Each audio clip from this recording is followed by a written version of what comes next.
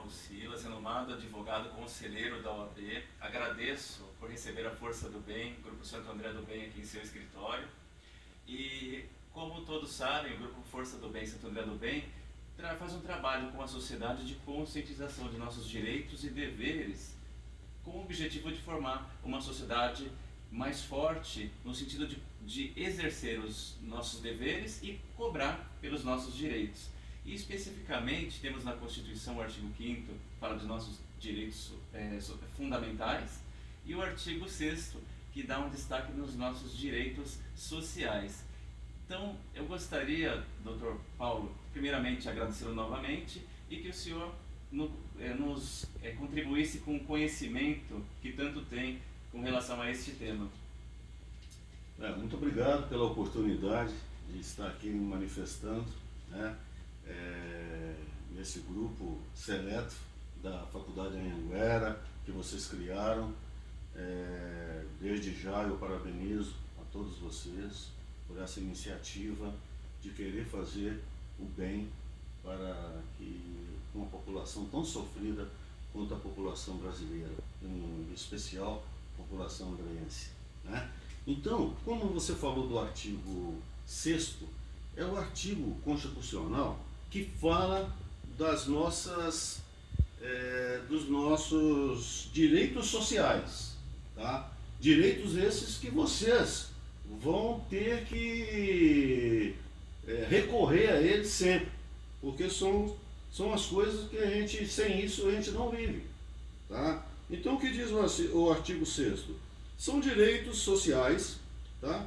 São direitos sociais a educação, a saúde, a alimentação, o trabalho, a moradia, o lazer, a segurança, a previdência social, a proteção à maternidade e à infância e a assistência dos desamparados na forma desta Constituição. Então, são todos esses direitos que a maioria dos brasileiros, né, não sabem que tem esses direitos, e sempre que eles são beneficiados por algum desses direitos, eles acham e sentem que é um favor dos governantes. E é constitucional. E é constitucional.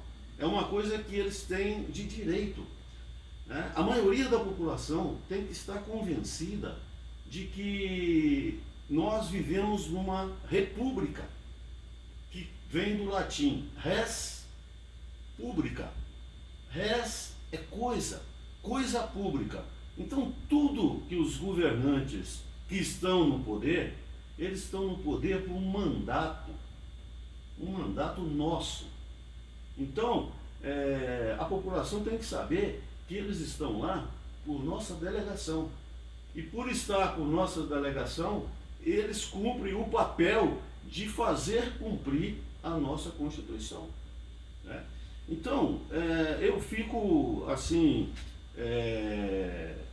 triste, né, de saber que nós estamos vivendo momentos muito tenebrosos, né?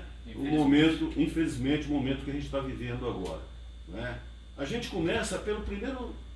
Eu fiz até uma pequena estatística, né, da questão da educação, que é o primeiro dos direitos do brasileiro, né? A educação, existe um índice estipulado pela Unesco, que são 6 itens. Para vocês terem uma ideia, o Brasil só atingiu 2 itens. Então falta o Brasil ainda atingir os outros 4 itens, né? E para vocês terem uma ideia assim, mais assustadora, numa medição entre 76 países, o Brasil está no 60. Então o Brasil está no final da lista. Quase no final da lista. Apenas 16, para você, o 76 é Gana, é um país pobre africano. Então o Brasil está, né, no 60, ou seja, acima do Brasil só 16 países, né? Aí nós vamos para a saúde. A saúde está bem? Alguém pode falar que a saúde está bem? todos os dias, nos noticiários, nos jornais, nós vemos, né, os hospitais lotados, os hospitais sem vagas, né? Então, a saúde no Brasil é péssima. A questão do saneamento também, que ainda não trata o esgoto e contribui por proliferação de doenças. Então, esse entra também na questão da saúde, né? Existem dois itens, né? Dois itens importantes de medição da saúde. Uma é a expectativa de vida. A média hoje do brasileiro é 68 anos, coisa que os europeus já passaram dos 70. Né? E a outra é a mortalidade infantil, uma coisa que tinha melhorado e agora piorou. Então a mortalidade infantil é um outro índice terrível. Então, vocês perguntam, a saúde é boa no Brasil? Não, a saúde é péssima em qualquer lugar do Brasil. Né? Depois vem a questão do emprego, vocês estão acompanhando, né? Nós atingimos hoje o maior número de desempregados na história do Brasil. São 9.600.000 desempregados. Tá? Isso, assim, rapidamente nos últimos 2 anos. E nós estamos vendo isso uma corrida, esse desemprego. Depois, nós temos a questão da segurança. Eu hoje reputo que a segurança é a coisa que mais aflige os brasileiros. A segurança. Para vocês terem uma ideia, morrem no Brasil 156 pessoas por dia. 156 pessoas por dia. A cada 23 segundos morre um brasileiro. Nesse tempo que nós estamos aqui conversando, já morreu uns 3 brasileiros. Né? Isso é tétrico. Morrer não de morte natural, morreu assassinado. Assassinado. Então, para vocês terem uma ideia, o Brasil, o número de mortes do Brasil é maior do que a guerra da Síria. Então nós estamos vivendo uma guerra enrustida. Diária e não declarada. Não declarada. Uma espécie de guerra civil não declarada. Isso é um absurdo. Né? Podemos também falar da questão da moradia. Né? Ontem a presidente Dilma lançou lá a 3ª etapa do Minha Casa Minha Vida. Gente, eu vejo falar dessa Minha Casa Minha Vida e os brasileiros continuam sem moradia. Existe um déficit de mais de 5 milhões de famílias brasileiras sem moradia. E existe uma outra multidão que tem moradias precárias, vulneráveis, que são as favelas. Né? São as comunidades que estão à beira dos rios, sofrendo problemas de deslizamento de terra, problemas de enchente. Né? Vamos parar um pouco por aqui, né? E vamos dizer o que a Força do Bem pode fazer com relação a todas essas coisas que nós falamos aqui. Nós temos que entender que algumas coisas de tudo isso é obrigação de algum tipo de governo. Por exemplo, a educação. A educação de 1º grau é do município. A educação fundamental de 2º grau já é do Estado.